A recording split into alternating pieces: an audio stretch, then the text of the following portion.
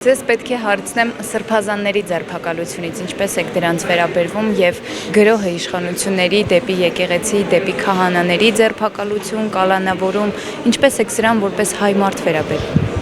Որպես հայ մարդ այդ բոլորին վերաբերվում եմ բացասական միանշանակ, աննորմալություն, քանի ինքը ոչ թե սրբազանների թեմա, այլ ամբողջ ազգի թեմա է քնում։ Մենակ սրբազաններով չէ, սրբազանները մեկական մարդիկ են։ Հիմա ով ինչ խոսի, ինչպես խոսի, էսի ճիշտեր, էդի սխալեր եւ այլն,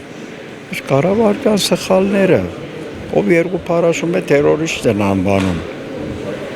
Իշխանություն զավթել եւ այլն, բա ինքը չի զավթել իշխանություն։ Արդարություն չի գա երկրում։ Կարճ ասեմ։ Իսկ դատական համակարգի ճիշտ քննությանը Փտած մեկ բառ փտած։ հույս չունեք, որ սրբազաններին նկատմամբ ճիշտ որոշում կկայացվի։ Չգիտեմ խաղերը ուր կտանեն, դա քաղաքական թեմա է,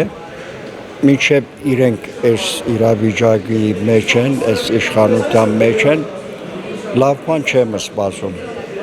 Ափսոս, որ ժողովուրդը չի շարժվում։ Քնած ենք։ Ախր ելեք ձեր իրավունքների համար։ Պետությունը վերջապես դուք եք։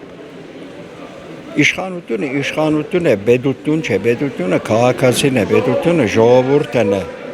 Դերը ժողովուրդն է։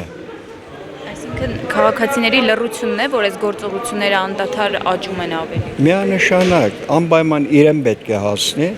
Իրեն հասնում է դարբեր ձևերով, դուրքերով, դուքանքներով, հարգելով, նեղելով։ Ինչպես եք վերաբերվում այն թեզին, Նիկոլ Փաշինյանը ասում է գնանք վեհարանը վեհափառից ազատենք ու ասում է վեհարանը վեհին։ Այսինքն առանց կաթողիկոսի։ Դրան ոնց եք վերաբերում, շուտով Քայլերտ պետք է սկսի եւ գնա ազատի վեհարանը ըստ իր։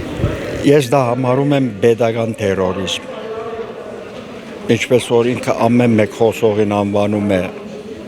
իշխանություն զավթել, տերորիզմ եւ այլն, ես էլ դա անվանում եմ պետական տերոր։